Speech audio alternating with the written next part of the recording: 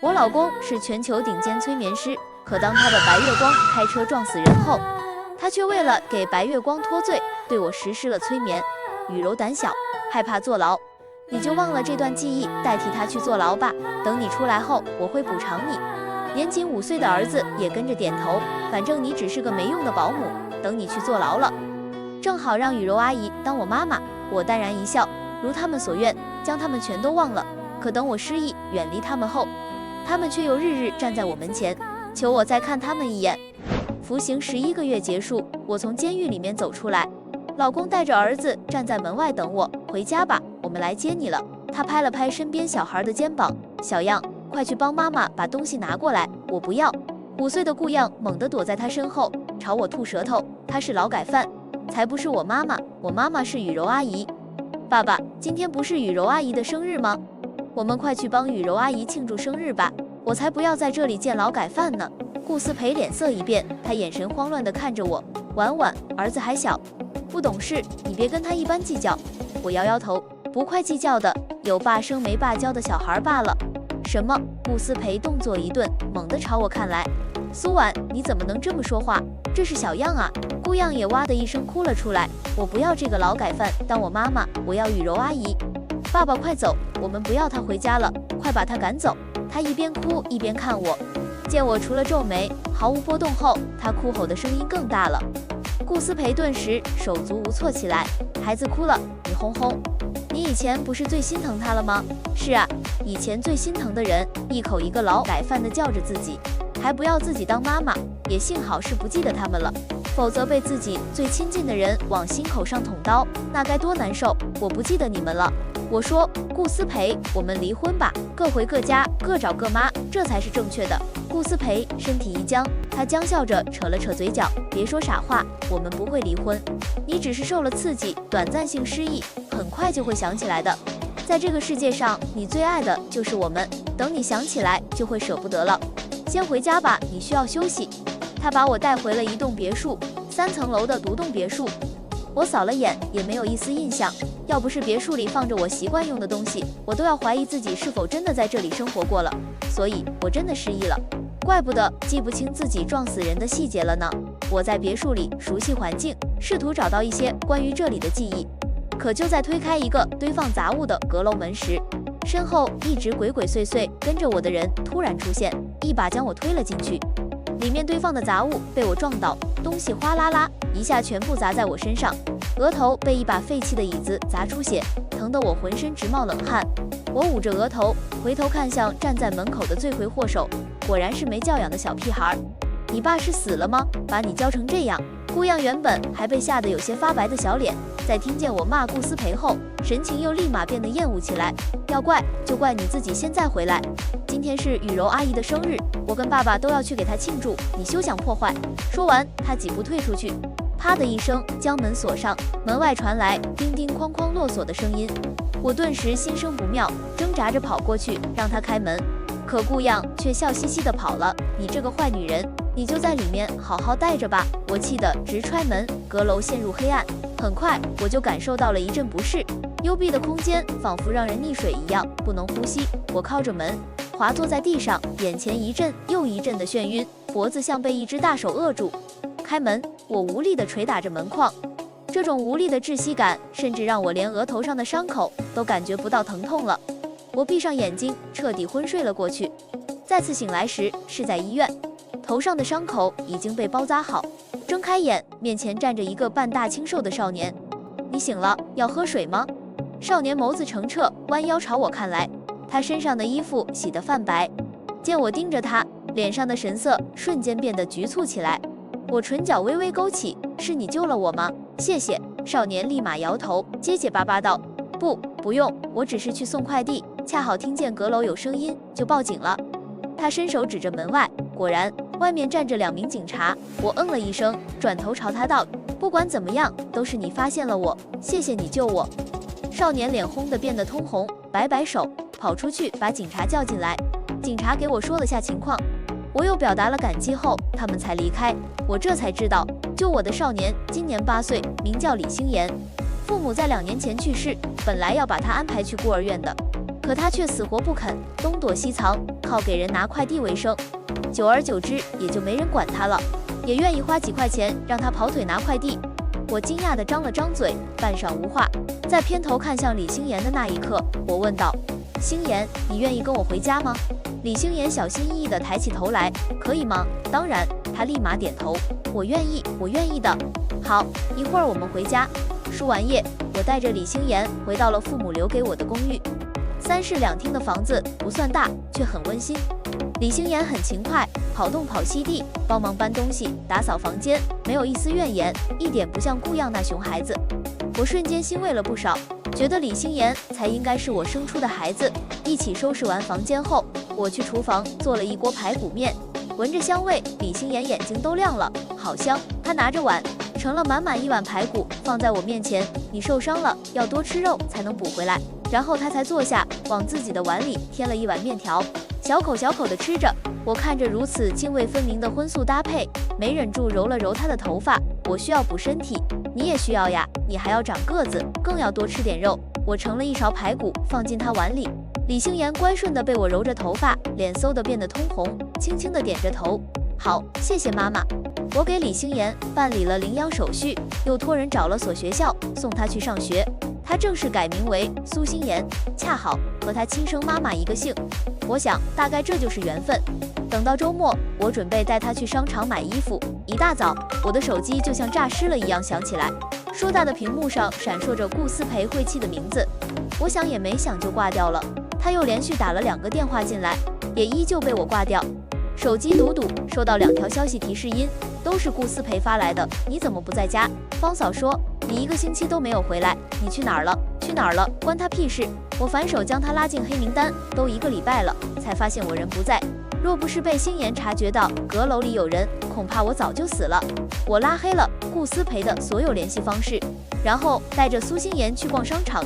我们每人都买了好几套衣服，正准备离开时，苏星妍的目光忽然落在了门口展览柜里的亲子装上。“你想试试吗？”我勾了勾嘴角。苏星妍有些害羞的点头：“走，咱娘俩试亲子装去。”我换衣服比较快，穿好就站在外面等星妍。可没想到运气挺不好的，撞见了顾思培几人。顾思培看见我，神色微正：“婉婉，你怎么在这儿？”我没搭理他，淡淡的移开了视线。顾思培神情微顿，眼神里带着一丝歉疚：“小样把你关在阁楼里的事，我已经知道了，我骂过他了，我让他给你道歉。”他把顾样叫过来，顾样走近，不情不愿地说了声对不起，毫无诚意。我轻笑一声，差点把我关在阁楼里1个星期，一句对不起就完了，怎么不等我死了再烧点纸给我道歉呢？顾思培脸色一僵，他没想到我如此咄咄逼人。顾样低着头，小脸惨白，站在一旁的江雨柔上前，像是看不过去了一样，上前拉住我的手，柔声劝道：“妹妹，小样又不是故意的，你这么为难一个孩子干什么？要怪就怪我吧，是我过完生日央求他们陪我去旅游1周的，不然也不会忽略了你。要不这样，正好你刚坐完牢出来，我们给你办个接风宴，跟你道歉，也去晦气，如何？”顾思培神色一喜，还是雨柔想的周到，我觉得可以。他却没看到，他们一说完，周围的店员和顾客都下意识后退了几步，再看向我时，眼里都带着嫌弃和害怕。我冷笑一声，合着把我一个人关在阁楼里，是跑出去陪小三玩了。我甩开江雨柔的手，嫌弃地拍了拍自己身上的新衣服。还有什么是比遇到你们更晦气的事？我的老公带着儿子跟你牵扯不清，你那么喜欢，就让他跟我离婚，我把他们一起打包送给你啊！霎时，江雨柔脸色铁青，她没想到我会在大庭广众之下说的那么直白。周围原本看向我的人，又立刻鄙视上了她，原来是个小三，真不要脸，勾搭别人的老公和儿子。你瞧瞧，他不说，我还真以为这3人才是一家3口。这男的也不是什么好东西，把狐狸精都带到原配面前来了，见不见啊？果然会气，我要是原配气都要气死。听着周围人的指指点点，顾思培脸色难看极了。你胡说八道什么？我跟雨柔是清白的，你现在就给我滚回去反省。江雨柔红着眼睛，柔弱的解释：妹妹，你误会了，我没有要跟你抢思培和小样，我只是舍不得他们孤单。呸，真不要脸啊！江雨柔刚说完，就被人群里的正义人士啐了一口。丈夫为了维护小三吼原配，小三还冠冕堂皇的给自己找借口，你们是人渣吗？渣男贱女天生一对，赶紧滚远点吧！多看一眼，我眼睛都要瞎了。顾思培和江雨柔被人围攻指责，两人脸色越来越难看，后者更是柔柔弱弱，仿佛随时都要晕倒一般。顾阳一脸怒气地冲上来，不许你欺负雨柔阿姨，你给雨柔阿姨道歉。他做事要来推我，然而还没等他碰到我，就被突如其来的一道影子撞开了。妈妈，你没事吧？苏星妍护犊子般把我护在身后，警惕地看着站在对面的几人。我摇摇头，摸了摸他的脑袋，放心，妈妈没事。妈妈。顾样从地上爬起来，错愕地看着我们，目光落在我们身上穿的同款亲子装时，他神色震惊又心痛。忽然，他猛地朝苏星妍扑过来，又抓又打。谁是你妈妈？你乱叫什么？这是我妈妈，不许你跟她亲子装，你滚！滚啊！他胡乱地撕扯着苏星妍身上的衣服。苏星妍原本还想还手，可在听见他自曝身份后，就木在那里不动了，任由顾样捶打。这个傻孩子，我几步走过去，直接将顾样拎开。你的妈妈在那儿呢，别乱认。我把苏星妍护在怀里，看向顾思培，管好你的小叉烧，再闹事我就报警了。顾思培脸色深沉，咬牙道：苏婉，他是你儿子。苏星妍双手立马环抱住我的腰，朝他们挑衅道：我才是妈妈的儿子。顾样气得又要扑过来，却被顾思培一把抓住。顾思培看着我，失望地摇头：苏婉，你现在太不可理喻了，等你想起来，你会后悔的。就是啊，妹妹，就算你嫉妒思培和小样对我好，也不应该在外面随便认个野种当儿子吧，这样多伤小样的心啊。江雨柔哄着快要哭出来的顾样道。我冷冷地看着他，你爸在哪儿？什么？他一时没反应过来。我耐心回他，我问你爸在哪儿？我去找他，扇他一耳光，问他怎么管教自己女儿的，一口一个野种，没点家教。你说谁没家教？江雨柔气得脸红，说你呢，江小三。我嘴角勾起一抹笑容，牵着苏星妍往外走。临走时又对店员道：我们身上的亲子装都由这个男人买单，他儿子把我儿子的衣服扯坏了，要赔。我的衣服算他们赔偿给我的精神损失费。身后顾样哭吼的声音传来：你不记得我，我还不喜欢你呢，我以后再也不要你了。呜呜，我扯了扯嘴角，连头也懒得回，脚步不停地离开。回到家，苏星妍内疚地跟我道歉：妈妈，对不起，是我让弟弟伤心了，要不你回去看看他吧，跟你有啥关系？我无奈道：是他先动手，我护着自己儿子怎么了？而且是他先不要我的，他不缺人关心，倒是你，脖子上被人抓这么长条口子，不疼吗？我把苏星妍拉过来处理伤口，她忍了一路的眼泪，才终于落下。晚上，我接到了一个陌生电话，划开接听，是顾思培拿方嫂的手机打的。一接通，就听到顾思培命令的语气：苏婉，小样病了。哦，是什么意思？你不着急吗？你不回来看他？我又不是医生，难道我看一眼他病就会好？还有事吗？没事，我挂了。不等对面说话，我直接撂断了手机。挂断前，我听见了对面小孩哭泣的声音，但这关我啥事？转眼1周过去，这天晚上，我给苏星妍做了拿手的油焖大虾，孩子正在开心地给我剥着虾壳。妈妈，你做的油焖大虾真好吃，快尝尝。他把剥好的虾仁喂我嘴里，我偏头去吃的那一刻，脑子里忽然涌出了一幕画面：顾样骗我做了一盘油焖大虾，转头却端着大虾去讨好江雨柔。可就在江雨柔嫌弃油腻，告诉他有钱人都不吃这种廉价的食物时，他毫不犹豫地把我辛苦做出来的大虾倒进了垃圾桶里。我顿了顿，眼里闪过一抹晦涩。门铃适时响起，我起身开门，看见顾思培牵着顾样站在门外。顾样没有说话，小心地往里面看。顾思培却是一副胸有成竹地道：时间到了，婉婉，你肯定都想起来了吧？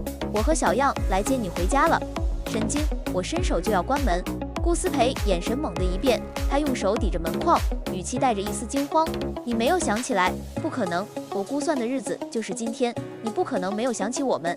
他盯着我的眼睛，像在探究什么，可在看见我脸上冷漠厌恶的神情时，心里终于升起了一丝茫然恐慌。婉婉，你是装的对不对？你是不是因为生小样的气才不肯认我们？我懒得回答，顾样却趁机扑过来抱住我。妈妈，我错了，你跟我们回家吧。我淡淡的拉开他，我不是你妈妈，你妈妈是江雨柔，你自己说的不记得了吗？霎时，顾样小脸雪白，顾思培惊愕地看着我，婉婉，你连小样也不要了？哪里出了问题？你马上跟我回家，我要帮你恢复记忆。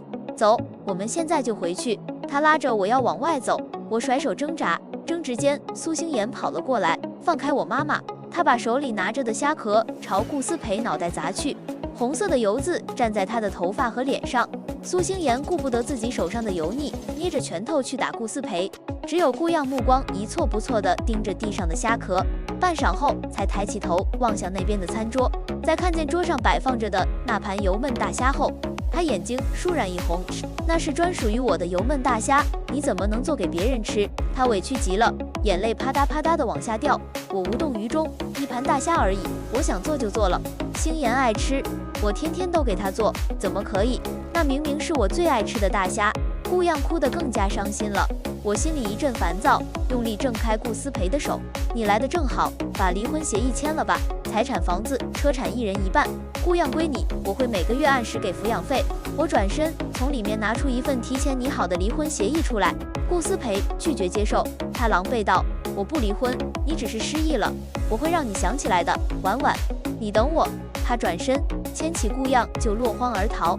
接下来的几天，我都没有再见过他们，直到我把离婚协议寄去顾家的第二天，买完菜回来，我就看见顾思培坐在家里，滚出去，我一个眼神都没有分给他，心里想着回头就把锁换了，可顾思培却像是没听见一样，一双眼睛炯炯有神地盯着我。婉婉，我找到让你恢复记忆的办法了，只要再重新给你做一次催眠，你肯定就能想起来的，就像之前那样。他话说到一半，突然顿住，而我却听出了异样。我眯了眯眼睛，顾思培，你想犯法吗？可顾思培却铁了心要帮我恢复记忆，他不顾我的抗拒，执意给我做催眠。婉婉，你必须想起来，我和小样这段时间都很想你，回来吧。他从随身带来的包里拿出一块磁铁，迷迷糊糊间，我就睡倒在了沙发上，像是做了一场梦，梦里一片空白，什么也看不见。我干脆就地躺下，睡了一觉，耳边传来喊我名字的声音，睁开眼就看见顾思培那张脸，他握着我手。婉婉，想起来了吗？我是你老公，我们相爱10年了，你看，这是我们的结婚照。他拿出一张照片递给我，我无语地推开他。顾思培，你再不走，我就报警了。哐当，顾思培手上的东西掉在了地上。你还没有想起来？怎么会？不可能啊！我亲自催眠的，不可能有误。他自言自语地喃喃着。我不信，我要再给你催眠一次，一定是哪个步骤出错了。他拿出磁铁，想要再次给我催眠，我实在忍无可忍，一巴掌扇在了他脸上。够了，滚！神经病一样。赶走顾思培后，我立马叫来了换锁的师傅，没有提前通知苏星妍，害他放学回来没进到家门，差点以为我把他抛弃了。几岁的孩子抱着书包蹲在门口，眼睛红得跟兔子一样，但其实我只是出去见了个朋友。这些天我每天都会去见那个朋友，但也就几天没看住。苏星妍带着一身伤回来了，她支支吾吾的躲着我，问急了就说跟别人起了一些争执才打起来的。我好笑的看着他，你觉得自己像是跟别人起争执的人吗？苏星妍这才低下脑袋，闷闷道：那我说了，妈妈别生气。原来是顾样那个小霸王，见我没有成功恢复记忆，又每天去接苏星妍，放学吃醋了。他固执地认为我是因为有了苏星妍才不肯回家，所以他拿钱叫人把苏星妍堵在放学路上，逼他离开。星妍不肯，就被揍了一顿。我叹了口气，这个傻孩子，下次记得还手。擒贼先擒王，先把顾样逮住。当然，我不会再允许有这样的事情发生。我准备给苏星妍擦完药，就去找顾思培算账，但没想到他们先一步过来道歉了。顾样认真地跟苏星妍道歉。对不起，我不该叫人赶你走，还打你，你还回来吧。他走近几步，让苏星妍打回来，苏星妍才不会动手。妈妈不喜欢打人的小孩，我不打，我要做妈妈的乖孩子。顾样急了，我也乖，我不是故意要打你的，谁让你占着我妈妈？苏星妍歪着头，可是我发现妈妈的时候，妈妈就只有一个人倒在装杂物的阁楼里呀，所以妈妈是我自己找到的，是我一个人的妈妈。顿了顿，他又说，而且医生说妈妈有很严重的幽闭症，再晚点就对身体有害了。幽闭症是什么？你们知道吗？顾样被怼得无话可说，着急的想替自己辩解，可一细想，妈妈不就是被他自己丢掉，然后才被苏星妍找到的吗？是他自己弄丢了妈妈。顾样急得快要哭了，顾思培却睫毛轻颤地看着我，婉婉，你什么时候有的幽闭症？我怎么不知道？我应了一声，哦，以前没有的，坐完牢就有了。顾思培睫毛一抖，眼里涌现无数的悔意。他上前一步道：婉婉，跟我们回家吧，我和小样以后会加倍对你好的。你若是介意雨柔，我会把她送走，以后再也不见她了。我给你找最好的医生，一定会让你再想起来我们一家幸福的生活。顾样也跟着点头，对，我以后也只认你当我的妈妈。我挺想笑的，他们是没有自知之明吗？我搂住苏心妍的肩膀，不需要，我已经有家人了。再说，你们是什么值得想起来的人吗？顾样又哭了，只不过这次他是咬住自己的嘴唇，没有发出声音的哭。气氛正僵持时，门口忽然冲进来一个身影，思培，你救救我！江雨柔慌张地扑向顾思培，眼泪簌簌流下。有警察来找我了，他们说怀疑我11个月前撞死了人。顾思培脸色一变，朝我看来，在看见我面无表情的神色时，才暗暗松了口气。他推开江雨柔，语气不再像之前那样温柔，你配合调查就行了，我也帮不了你什么。江雨柔瞪大眼睛，错愕地看着他。思培，你是不打算管我了吗？顾思培撇开眼，说到底，我们只是朋友，之前帮了你，已经是仁至义尽。我还有自己的老婆和孩子，我也有自己要过的生活。顾思培，你怎么能这么对我？江雨柔红肿着一双眼睛，不可置信地看了他几眼后，终于哭着跑了。可顾思培却没有半点波动，反而朝我看来，婉婉，你看见了，我不会再帮他了，所以你可不可以？不可以。我打断他的话，时间不早了，你们早点回去吧。顾思培眼里的光瞬间暗淡下去，牵着顾样一步三回头的走了。每天早上我都会在门口收到一束玫瑰，或者一些糕点甜食，全是我以前爱吃的，但无一不例外，这些东西都进了垃圾桶。顾思培站在不远处，眼睛微红的看着我，但很快他就没有功夫来找我了。江雨柔被确认了肇事逃逸，正在被警方通缉，可他没逃多久就被警察抓住了。再一次从警察局里出来时，我被顾思培拦住，几天不见，他胡子拉碴，眼神疲惫，目光却死死地锁住我的脸。婉婉，你是不是全都想起来了？想起什么？我平静地看着他，过于安静的气氛让他深受打击。顾思培手指动了动，半晌才哑声道：你想起了雨柔才是撞死人的肇事司机，所以才会来警察局里指控他。我没有否认，他眼睛一亮，那我呢？你是不是也想起来了？他脸上带着期待，是啊，我想起来了。顾思培瞬间欣喜若狂，可还没等他高兴太久，我就朝他泼了盆冷水。我想起来，是你运用催眠师的身份胡作非为，篡改我的记忆，让我代替江雨柔去坐牢，也是你害我得了幽闭症，连电梯都不能坐。我每多说一个字，顾思培脸就多惨白一分。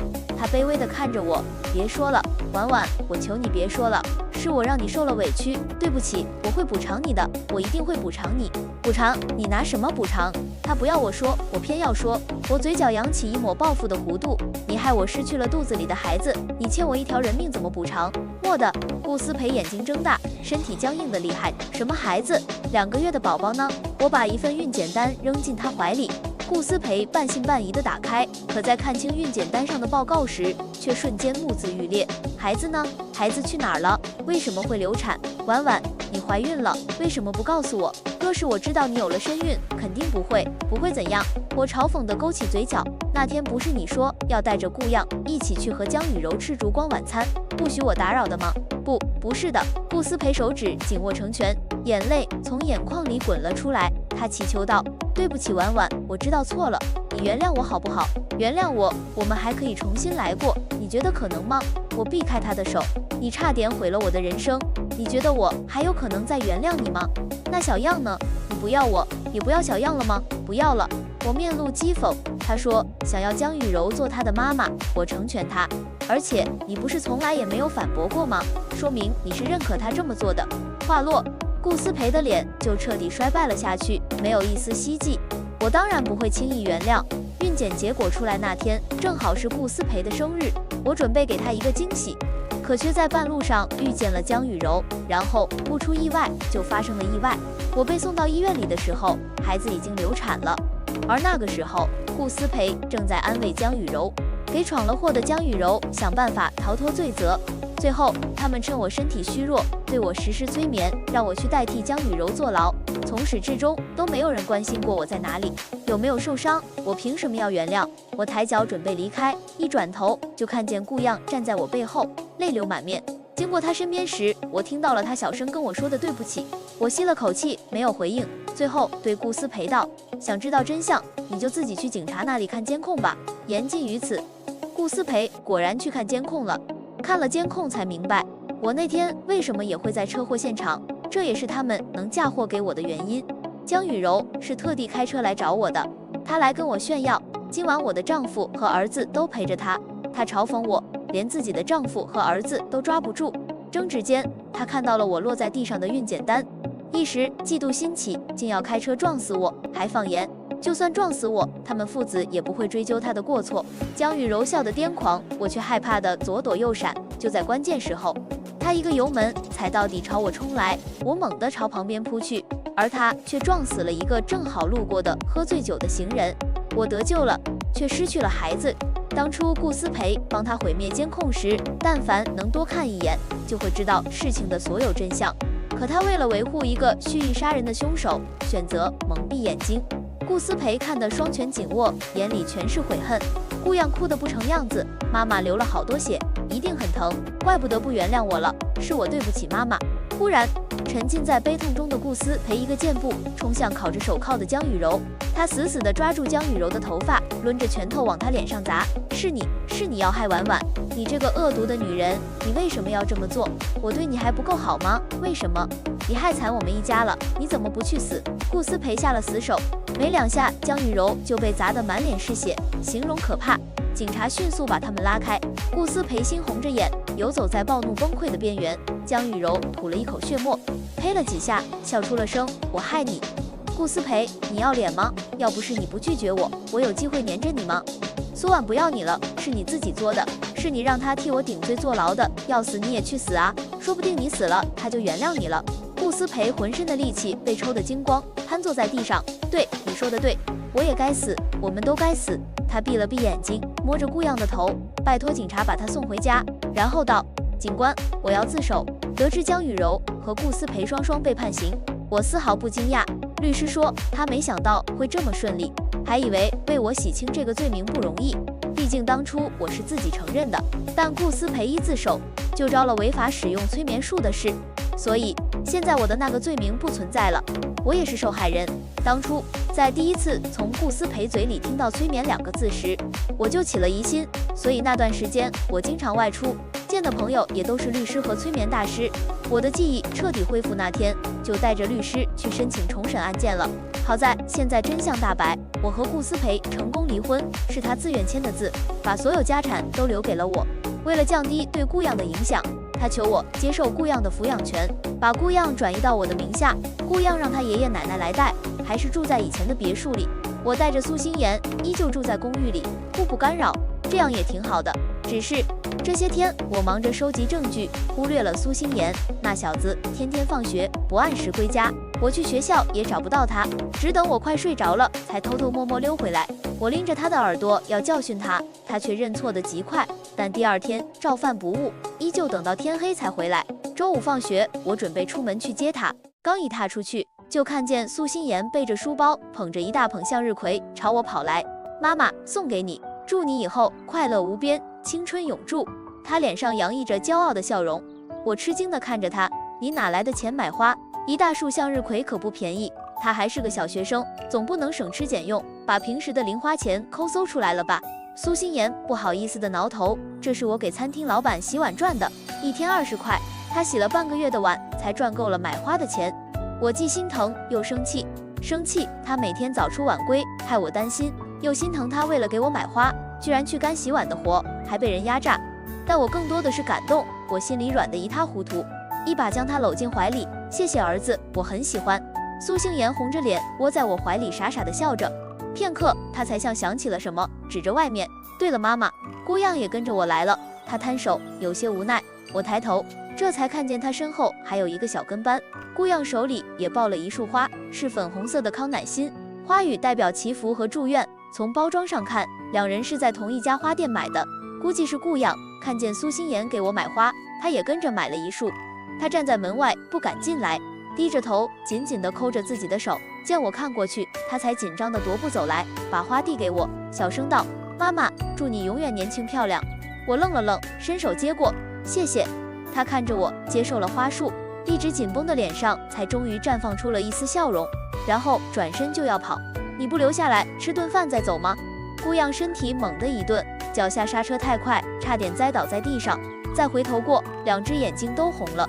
她哽咽着，拼命点头，要留下来吃饭。